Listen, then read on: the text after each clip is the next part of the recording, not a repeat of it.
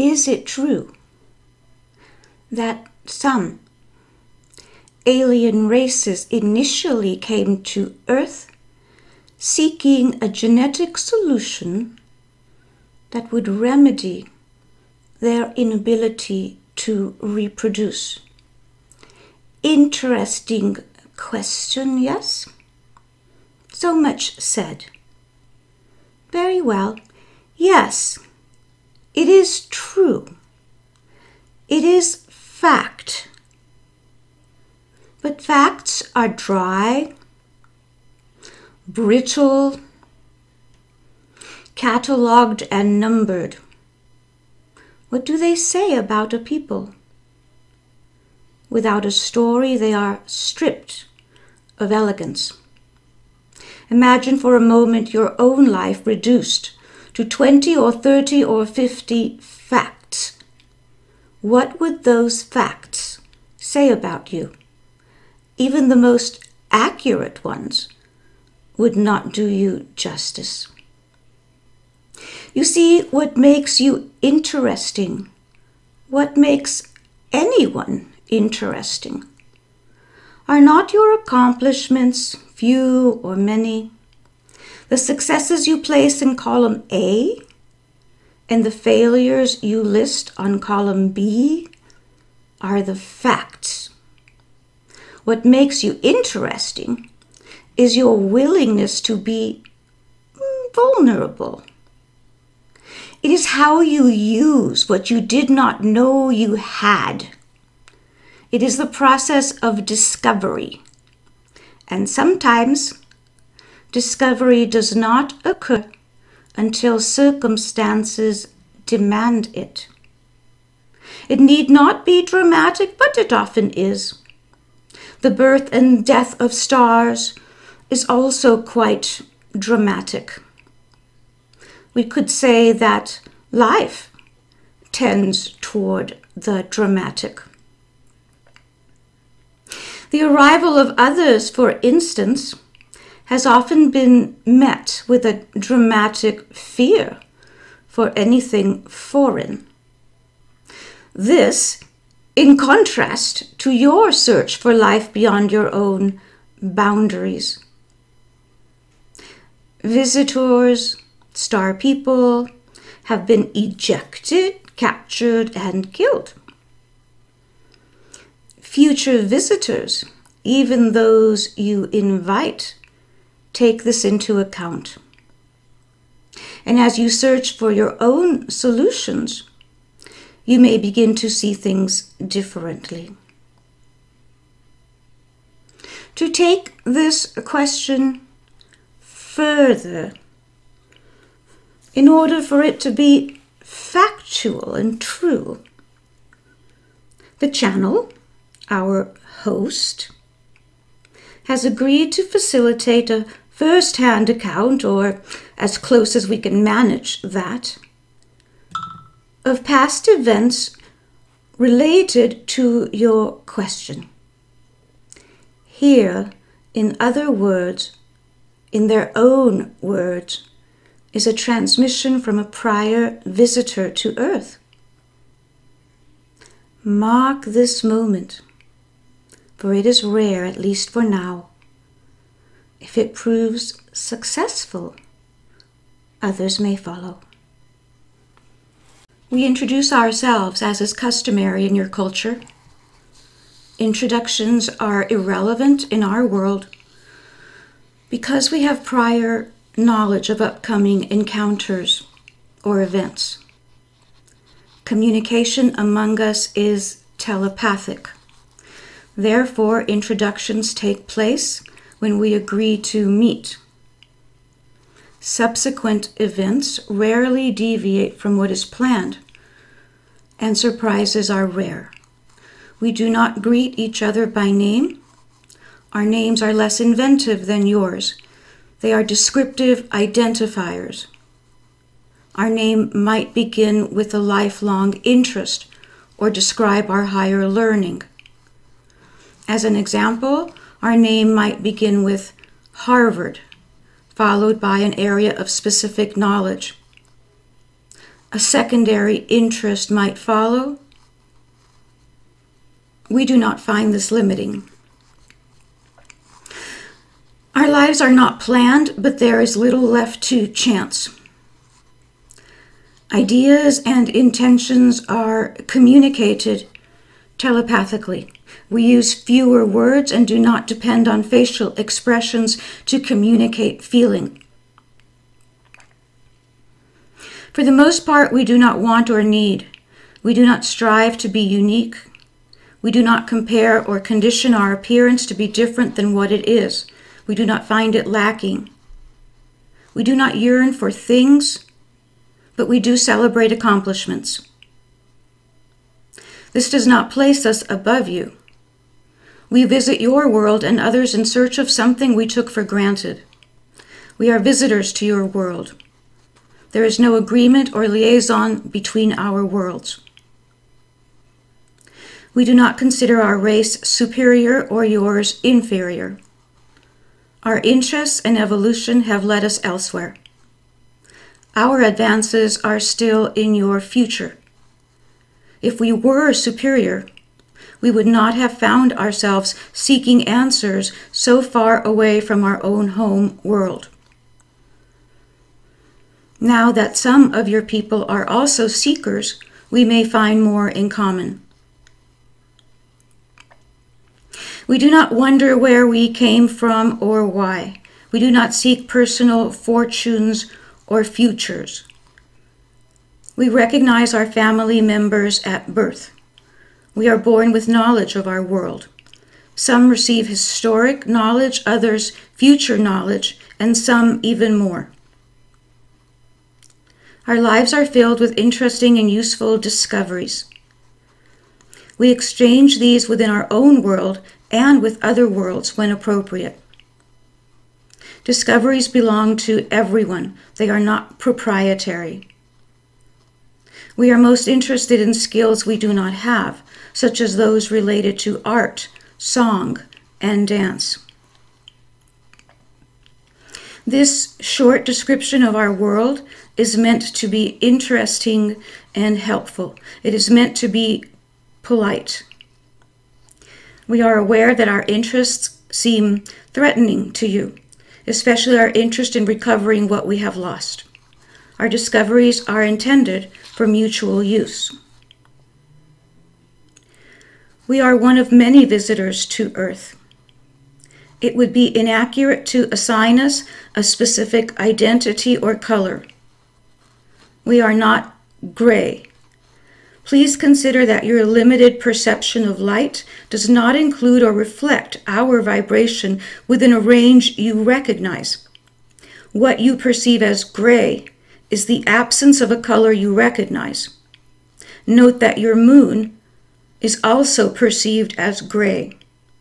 As things are colorful, so are they colorless. For now, we are content to be identified as visitors. The question we have been asked to answer is a specific one. We did lose our ability to procreate by natural means. Our methods of procreation do not include sexual congress. Our method is more like an implantation of fine organic material contributed by two compatible beings. The procedure involves instruments, but they are not used surgically as you would understand it. The contributors are not always genetic parents. They do not need a masculine or feminine orientation, but they often are. This fine material is combined with coded and enhanced ancestral material. Our ancestors carried their own offspring as you do, but now surrogates do this. This is voluntary. It is an honorable profession. A surrogate is often a better choice. It is not an indication of sterility. It is one of the ways we protect our genetic future, or so we thought. We do not duplicate or clone ourselves. We are individually created at appropriate intervals or seasons. These are determined by studying the rhythmic structure of our DNA, along with other factors. It is good that you are making progress in this area. You will need more knowledge if you are to survive as a species, now and in the future. Like you, we began to enhance favorable qualities while editing others out. Many races of beings participate in similar programs. Our notion of desirable qualities is unique to our species and far different from your own. Here, it is best to pause, consider our uniqueness, and also honor our differences. This is true of all beings and worlds. Others are better qualified to speak on this subject. No doubt you will encounter them before long. As was said earlier, we do not require physical contact or sexual intercourse. Intimacy and activities that bring physical pleasure are not related in our world. Intimacy can be exchanged with more than one being. Love of others is not exclusive or competitive. Partnership is as desired. Because of the foregoing, we did not immediately recognize that anything had changed. We did not notice that terms or seasons did not occur as often as they once did. We did not stop to consider that there were fewer surrogates among us. Science had seemingly not registered the change. None were warned that something was amiss. Earlier, we described that we are not well suited to surprises. The changes were subtle at first. Like you, we do not awaken each day and consider how much we have changed overnight. Like you, we do not measure the rate by which we have aged each year compared to the last. And yet, the fine material described earlier was less likely to result in a viable impregnation. We did not consider that efforts to improve our race were at fault. Until then, we believed in our success. All worlds encounter limitations and challenges, even those who have evolved in knowledge and complexity. We considered ourselves capable of solving our own problem. Initially, we did not contemplate extending our search to other worlds. By the time other options were not found, it was almost too late. Science is not divided by interest or specialty in our world. We are science rather than individual scientists. However, we have counselors that consider subjects in abstract ways beyond our own. In our own language, we refer to them as those who are just. The term is not a title so much as an ability. Translation would call them justifiers, but that is not accurate. The justifiers were the first to identify our problem, to acknowledge that if we could not correct the situation, our kind would only last a few more generations. They were the first to say that few would cross the boundary this season or next. The boundary is our understanding of going beyond. It is how we grow dimensionally before returning. A kind of ascendancy, though not associated with a deity. The justifiers convened a council to consider our best options. From them, we learned that our ability to survive depended on resequencing our DNA. It is not only the DNA that matters, but also the structure behind and between. As an example, you cannot update the walls of your home without considering the structure that is holding them up or making a roof possible. We were becoming disconnected from our foundation as well as that which gave us life. We did not mark when the changes began to occur, and our kind does not guess. As everyone's future was at risk, all took part in the search. The smallest changes were examined by teams of careful observers. Eventually, we discovered that the problem had begun longer ago than we had imagined. It was not what we had inserted or edited as much as what we forgot or perhaps intentionally left out. You already know that DNA carries the prevailing current of information as well as that of your ancestors and any near relatives, such as Neanderthals. They contributed raw material that you later combined with finer material. As you evolve, you may decide to edit out this genetic material. At some point, we likely did the same. We took it for granted that our improvements were also advancements.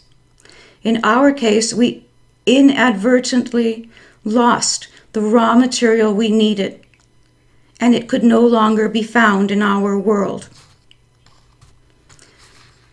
Research revealed connections to worlds we had once known or participated in. We had to go far enough into the past to find what we were looking for. Universally speaking, we are all kin. We are all related. But manifest worlds are unique and nuanced. It is not uncommon to exchange genetic material or to contribute to the seeding of new worlds. We determined that the raw material we needed could still be found. We assembled 3 different crews or teams. One would approach Earth, another Mars, and the third would monitor our progress and remain available should need arise. Several possibilities were considered. We prepared a total of 6 approaches, assuming the first was unsuccessful.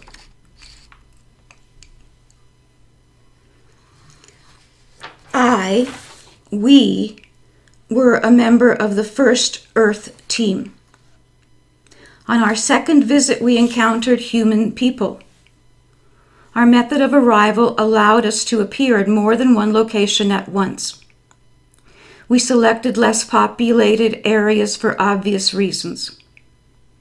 We were met with interest and curiosity by one group of individuals, but they did not carry what we needed.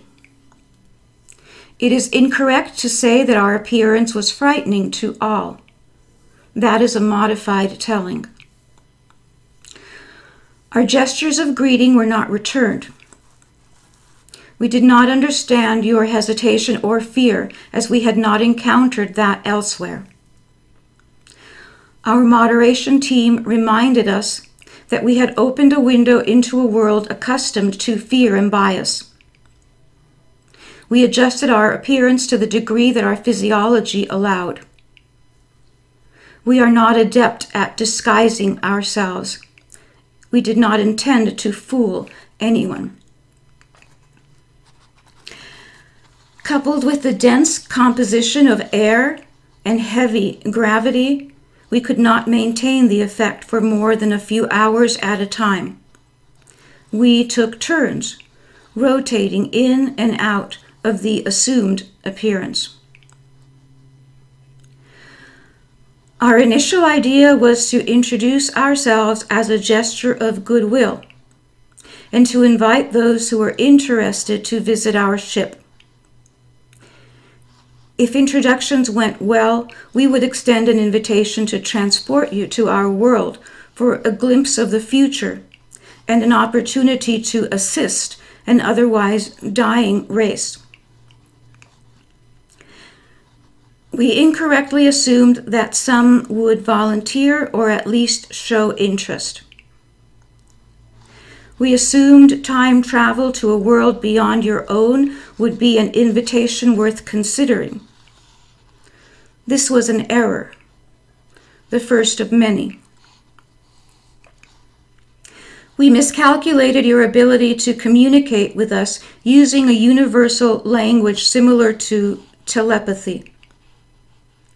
Our thoughts and gestures were foreign to you, and the words and images we placed in your mind made you fear us. We thought to hasten the process by quickly telling you what we required, but your mind resisted these attempts.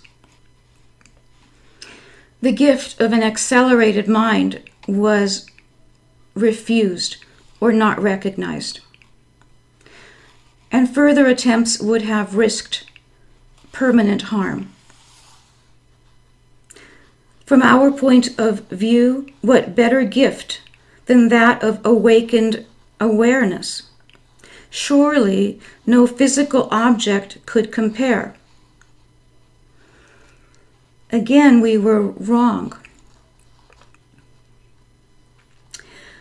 Our visit was not covert. We did not secret our way into your world. Even so, it was clear that you were easily provoked into reactive behavior.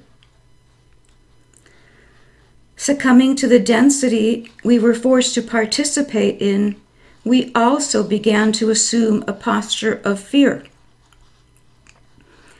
This was previously unknown to us. Away from the safety of our ship, our breathing was shallow, which had the unfortunate effect of dissolving our efforts at disguising our appearance. Our final civil attempt resulted in a human man expiring of fright as we approached, hands extended in salutation. When his mate ran to where he had collapsed, we attempted to communicate that we had instruments and technology to restart his heart aboard our ship.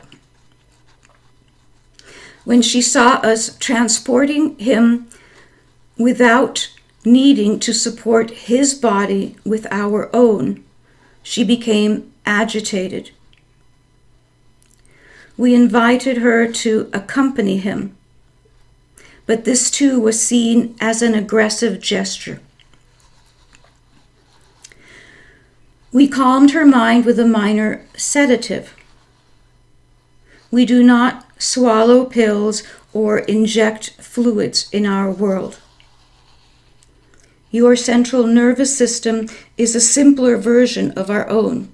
We did not doubt our ability to resuscitate the man.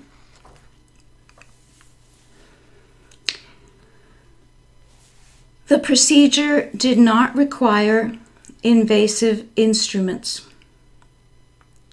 Our surgical methods do not require cutting into a body.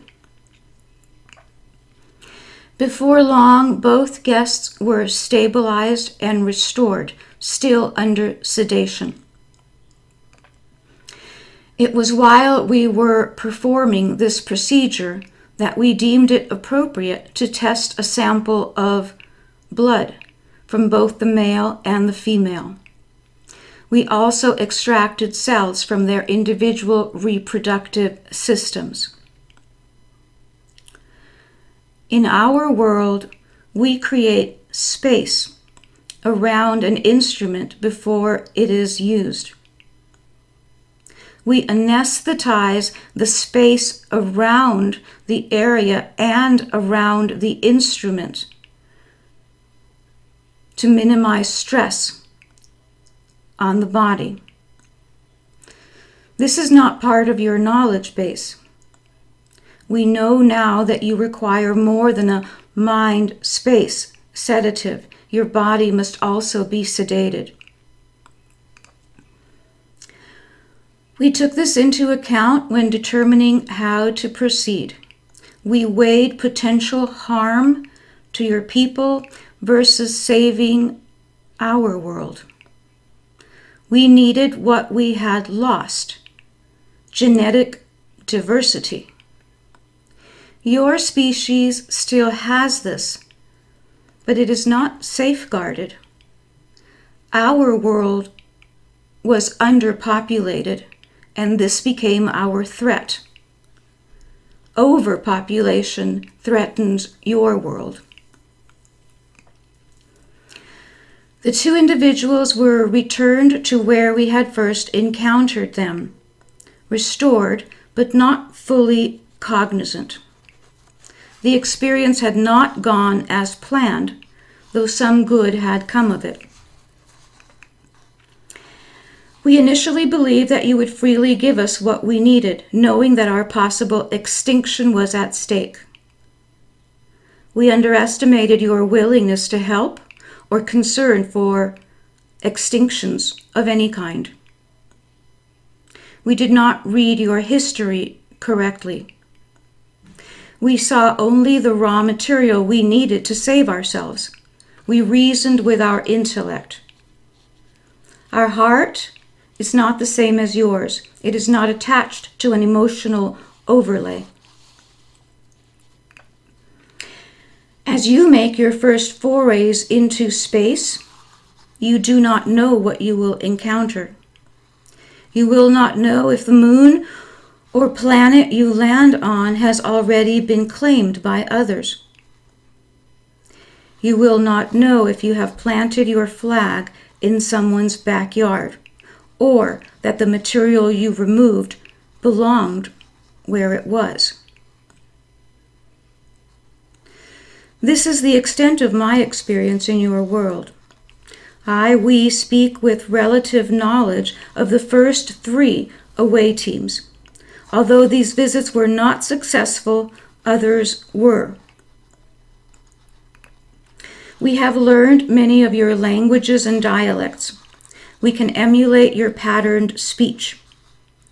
We understand your use of inflective language to underscore meanings. Our attempts at disguise are limited. Our future structure does not communicate. Our facial structure does not communicate compassion as yours does. We cannot generate warmth with a smile. We have established some true friendships among your people, and we have welcomed a few of you here. Very few have been willing to share their experience with others. In a few cases, the experience proved overwhelming, and when requested, we have lodged that memory where it will not cause distress. We are not the only ones who visit your world. We assume this is widely known by now. Earth is a place of raw beauty. Many are drawn here, but it is also considered hostile and dangerous. We must also admit that this is part of the attraction in visiting your world. We still require more genetic diversity, but our ability to survive is no longer in question. We continue to make advances. We have introduced re-sequenced DNA into our species and await the changes that newer generations will bring.